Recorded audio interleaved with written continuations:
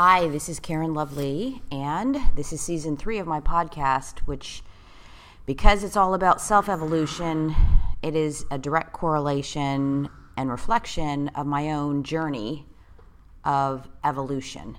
And what that means is this is year 3, or season 3. It's not even year 3. I think it's more like season 3. I am evolving into definitely teaching something that I have not taught directly, and that is what I love most, the spirituality, the magnetism of abundance and prosperity, especially in the realm of money. And we're talking about the relationship to money. So self-evolution has everything to do with our relationship to self, our inner child, then our relationship to mother, relationship to father, relationship to mother, and keeping these 4 entities in play. The adult self, the inner child. Of course, the child has an inner child.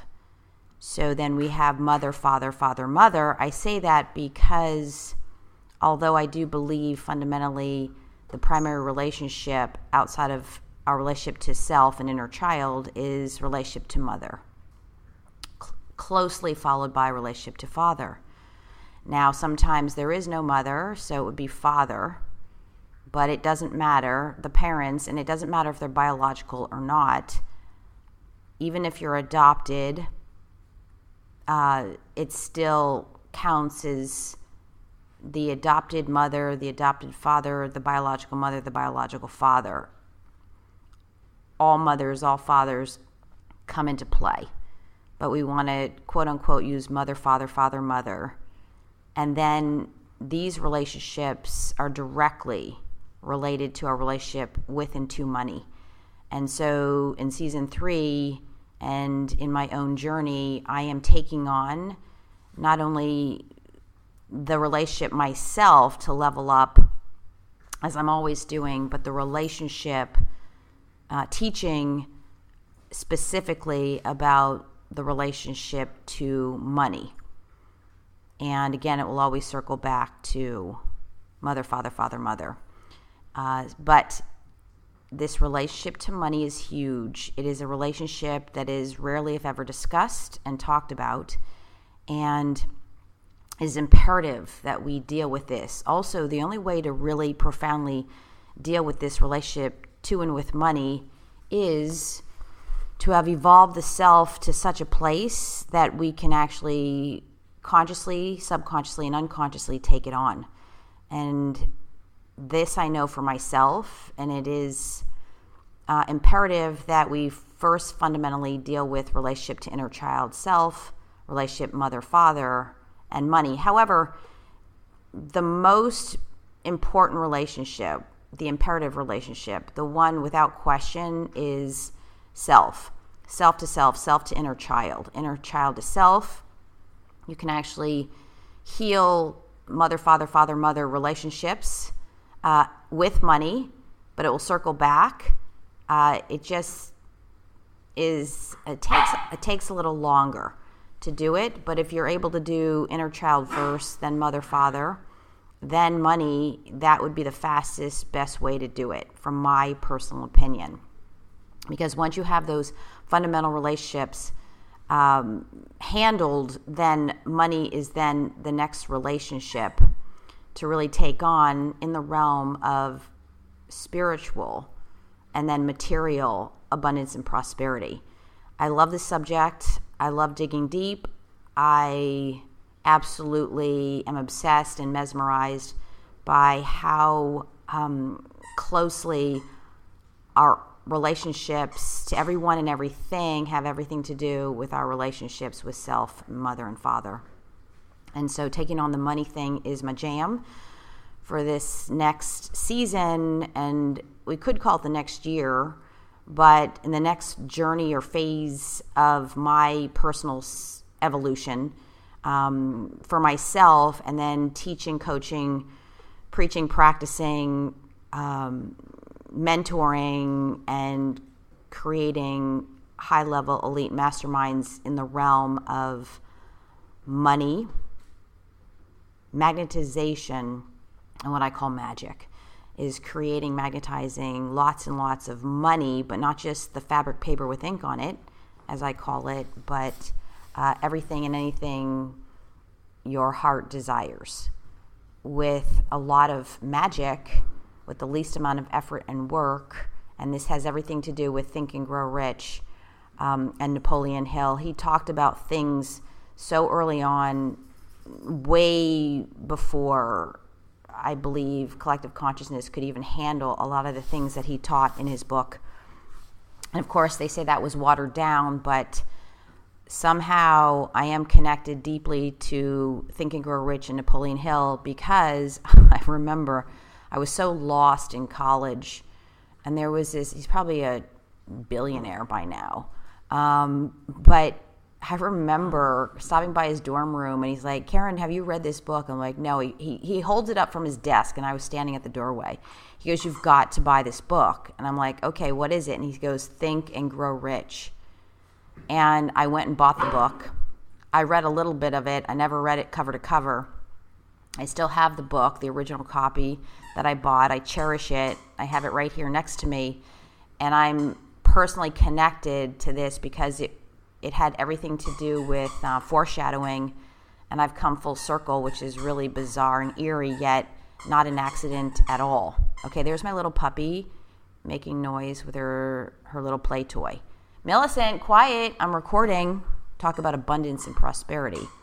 That little angel is my latest little puppy, and she is so profoundly special because she's the reincarnation of the little dog that I rescued off the street, literally, and lost at the vet because she went into cardiac arrest from the anesthesia when I had her spayed and having her teeth cleaned. And so I lost her, but I prayed, and because of the topic we're going to be discussing, infinite intelligence, however you want to talk about it, infinite love, spirituality, and my belief that I could have her come back. She was reincarnated in a younger little puppy body, and I have the same dog back. Okay, that's a whole nother podcast, but there she is making noise in the background. So what I'm going to do now is I'm actually going to play about 9.5 minutes worth of Napoleon Hill speaking on the topic of infinite intelligence and what it is to him. It resonates with me. And that's how I do things. Does it resonate? Does it feel like, that's interesting? Oh, that kind of makes sense. I can relate to that. That's how I do it. And he talks about so many amazing things here. He talks about belief. He talks about you don't need to be any more intelligent. He's no more intelligent. I love that. And that infinite intelligence encompasses every religion, all religions, and that it's something greater of the universe. However it relates and resonates with you, then that would be the broad definition of infinite intelligence from his perspective and his point of view. It all resonates with me. I'm right on board, and I love it. So here we go. I'm going to start recording this, and give me a second, and we will go from there. All right, here we go. And next, recognition of the existence of infinite intelligence that gives originalness to the entire universe. That the individual, you that is a minute expression of this intelligence. And as such, you, the individual, your mind has no limitations except those accepted or set up in your own mind. Your mind has no limitations whatsoever, except those that you allow to be established there or that you deliberately set up in your own mind or accept. Now that's a pretty broad statement, isn't it? But the achievements of men like Mr. Edison and Mr. Ford and Mr. Carnegie and Napoleon Hill, if you please, certainly, definitely supports the idea that there is no limitation except that which you set up in your own mind. And if I had ever wavered for 1 second, from the time that I started with Mr. Carnegie up until the time I gave this philosophy to the world, if I had wavered 1 second in my belief that I would do it, I would never have done it. How did I happen to do it? Do you have any idea what played the strongest part in what I've achieved? It wasn't my brilliancy. It wasn't my outstanding intelligence. I have no more brilliancy than the average person, and no more intelligence than the average person. But there was something in there that was responsible for it. Having a definition of faith is Grand. In other words, I believed I could do it, and I never stopped believing it. The harder the going was, the more I believed I would do it. And I want to tell you that if you can take that attitude toward yourself, if you can throw yourself over on the side of yourself, so to speak, when you're overtaken by adversity, when people are against you, if you can do that, if you can stand by and not also go over against yourself, then you're using applied faith. And you've got to do that. Do you know there are testing times for people? Had you ever thought of that? Nobody is permitted to attain high state in life and stay there without being tested. Any more than anybody is allowed to go into a well-managed business and go up to a high position and stay there without he's been tested with lower positions step by step until he earns the right to be up to the top. I don't know how the Creator runs his business entirely, but I can see I can catch a pretty good idea of how he does it from observing that part which I can understand. Of course, there's much more that I can't understand. But I can see definitely that he allows nobody to attain to a high estate in life without giving him severe testings. And one of the most astounding things that I found in my research was that the men of great achievement in all walks of life, back down through the ages, were great only in proportion as they had been defeated and as they had met with opposition. Now that's an astounding thing. It couldn't have been a coincidence that every one of these outstanding men was great in proportion exactly as he had been small and as he had been opposed and as he had had to struggle. I used to tell of my early struggles and tell of some of my defeats. My business management got after me about it and said it wasn't a good idea. I still think it's a good idea. I think it's a fine idea, because if you only knew the amount of major defeats that I've met with and still kept my head above water and still lived to deliver this philosophy, you'd say that if Hill can do it, I can do it too. And that was the only reason, of course, that I ever spoke of it. The habit of affirming one's definite major purpose in the form of a prayer at least daily, and the recognition of infinite intelligence. I don't mind what terms you use. You can call that God, or you can call it Jehovah, or you can call it Buddha, or you can call it Muhammad. Anything you want to. No matter what you call it, we're all talking about the first cause. There isn't two first causes. There's only one. There couldn't be two. There's one first cause that's responsible for this great universe we're living in, for you and for me and for everything that's in the universe. I call it infinite intelligence because I have students of all faiths and all religions all over the world as my students. And the infinite intelligence happens to be a sort of a neutral in-between term that nobody can object to. Nobody at all. But unless you not only believe in that, unless you can prove to yourself, unless you can absolutely put down on paper evidence that there is a first cause that you can draw on, why then you are not going to be able to make the fullest use of applied faith. One of my students asked me one day about my concept of God, about my concept of infinite intelligence, and if I meant the same thing as God. I said, why, yes, I do. Well, he said, can you prove the existence of your concept of God? I said, why, everything in the universe is the finest of the evidence of the existence of it, because of the orderliness of the universe. Everything's orderly, from the electrons and protons of the smallest part of matter on up to the largest suns that float through the heavens. Everything's in orderliness. No chaos, no running together of the planets. Why, there's more evidence of a first cause than there is of anything that I know of.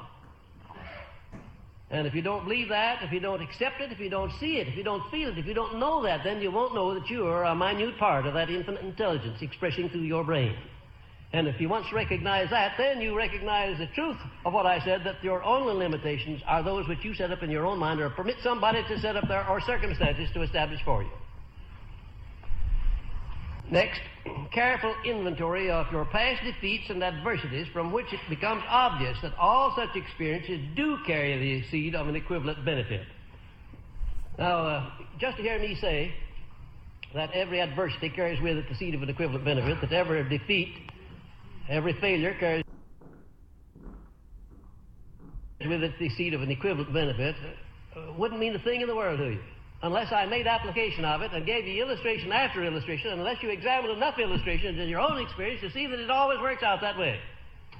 That's why I want you to examine these adversities that come to you. Do you know that oftentimes your adversities are your greatest blessings?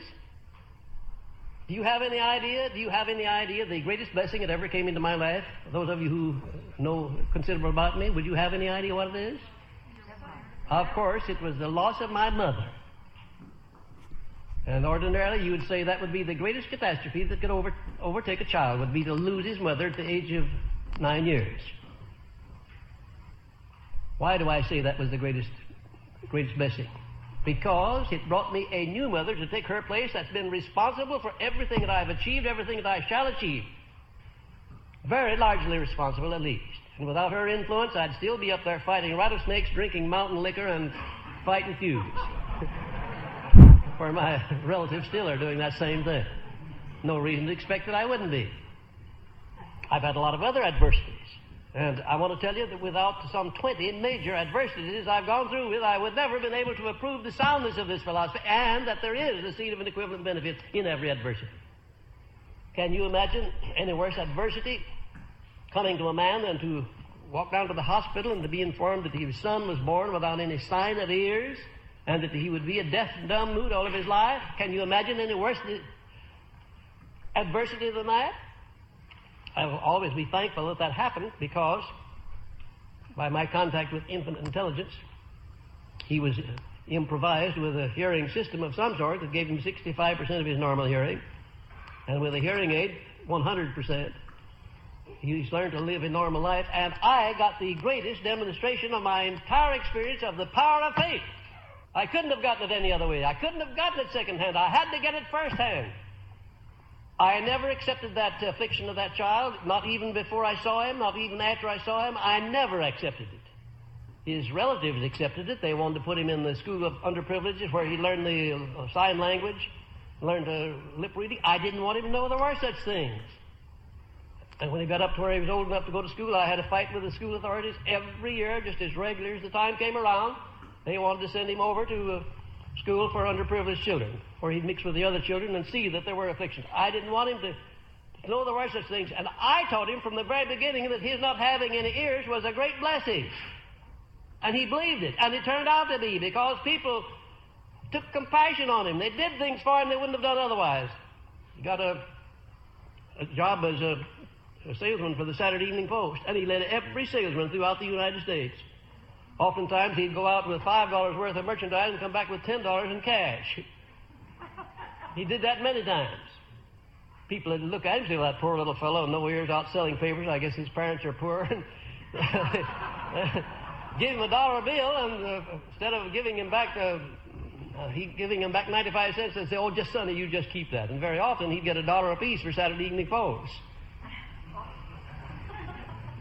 Not at all conscious today of any affliction. He's living a perfectly normal life, because I taught him that an affliction, any kind of an affliction, can be transmuted into a benefit. Now, that's an astounding thing, isn't it, to consider that that is true. But it is true.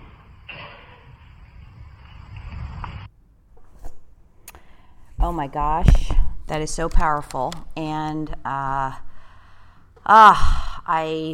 love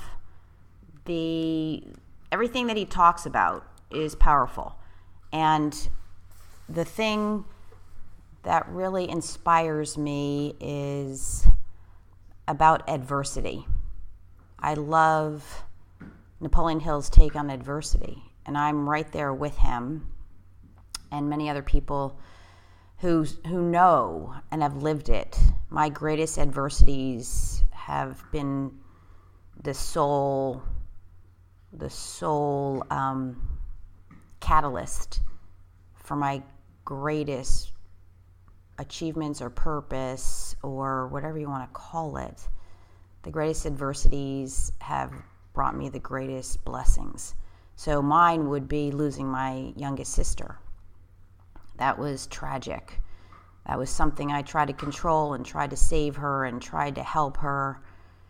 And it obviously didn't work, but I didn't have the power to do that. And by losing her, it took me to my darkest time, which was inevitable.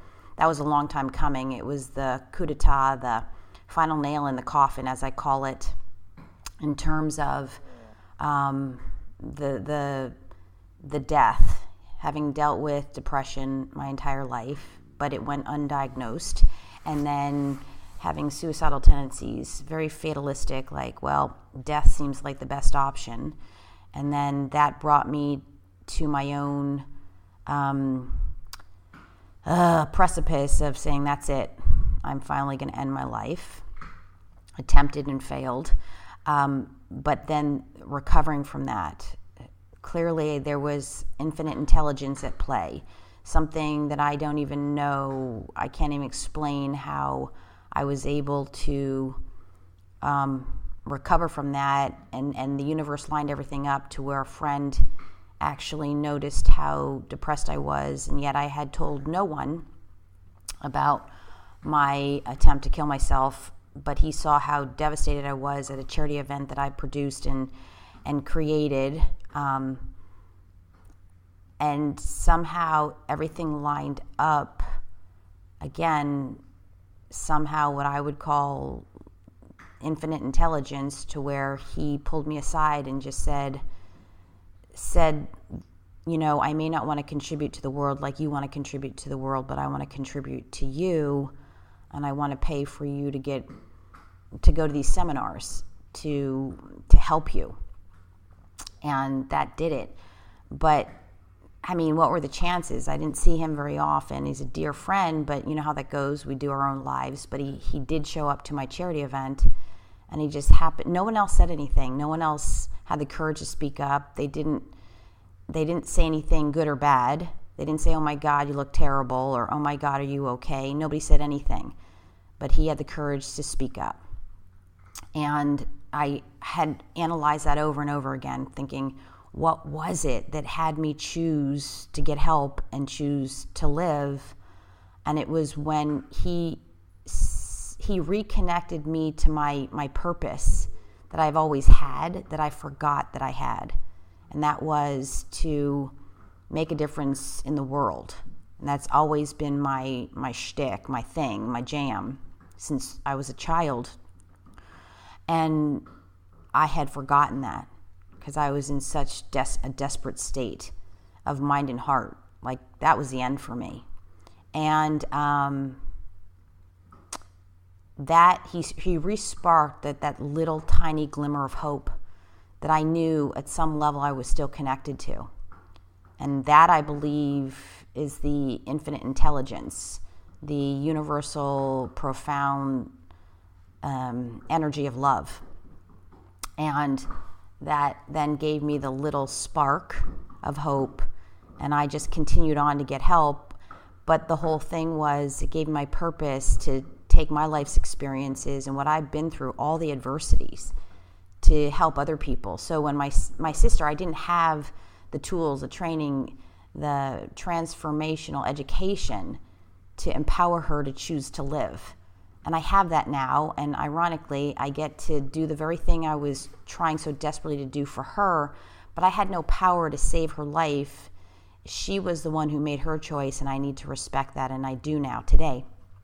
And so all of this, that adversity was my greatest. It gave me the very thing that I've yearned for since I was conceived, and that was to have a greater purpose and meaning for my life, in this human suit, this time around, in this lifetime. And I have that now because of that tragedy.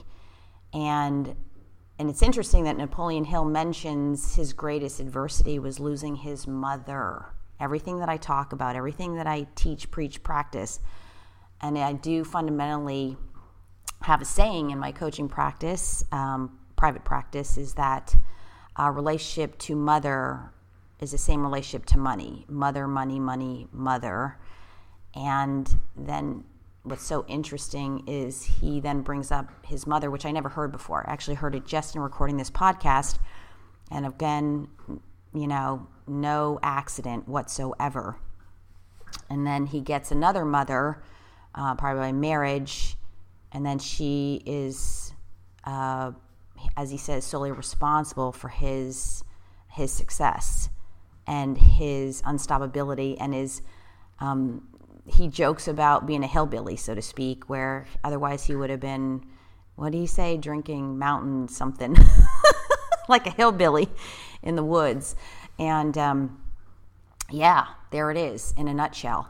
And so we're talking about infinite intelligence. We're talking about love, the highest energy of all, love. And we're talking about the power of adversity.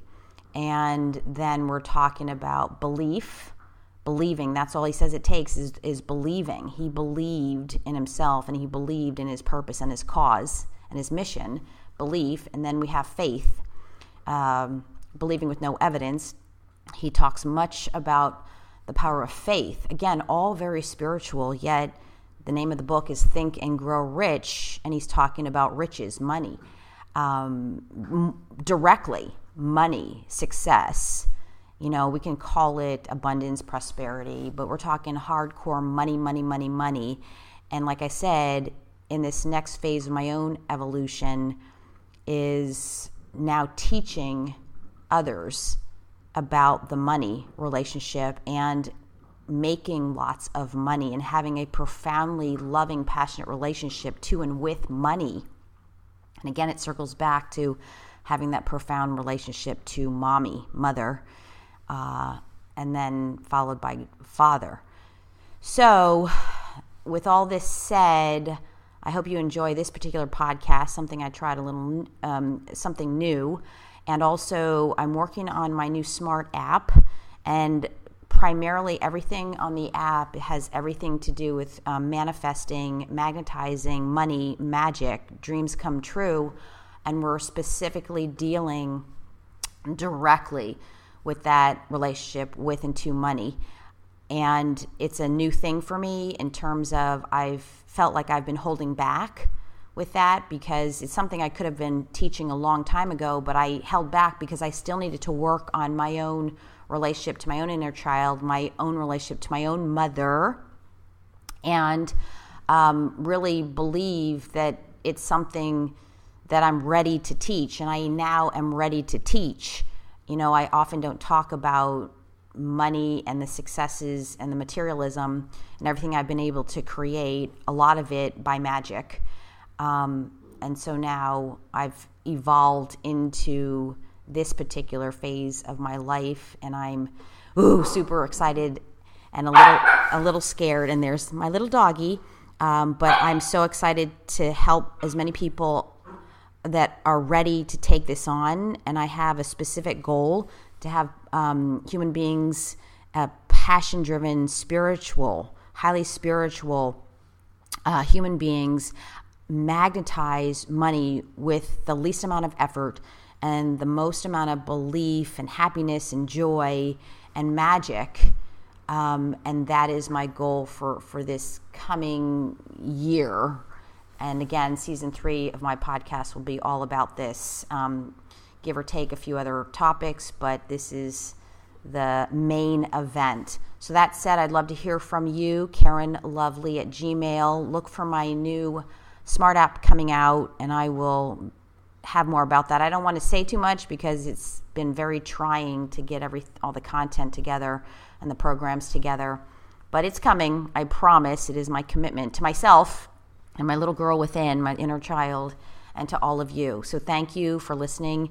I would love to hear from you, comments, collaboration, anything at all. KarenLovely@gmail. And here's to a magical, magnificent, monetary, magnetic year ahead and forever and always. Thank you so much for listening. And I absolutely adore all of my followers and listeners. And thank you so much for that, which I truly appreciate. And thank you for allowing me to just be me, fully self-expressed, and to be highly, intense, deep. That's who I am. And I talk about deep things, nothing superficial. And I dig deep, and I love the human psyche and the unconscious. The unconscious mind is my specialty, and reprogramming the unconscious mind to become unconsciously proficient in the realm of every dream, desire, wish, goal, endeavor, aspiration to become 3D reality in the human form, in the human suit this lifetime around. So thank you all, and wishing you an infinite intelligence and moreover wishing you infinite love, especially self-love.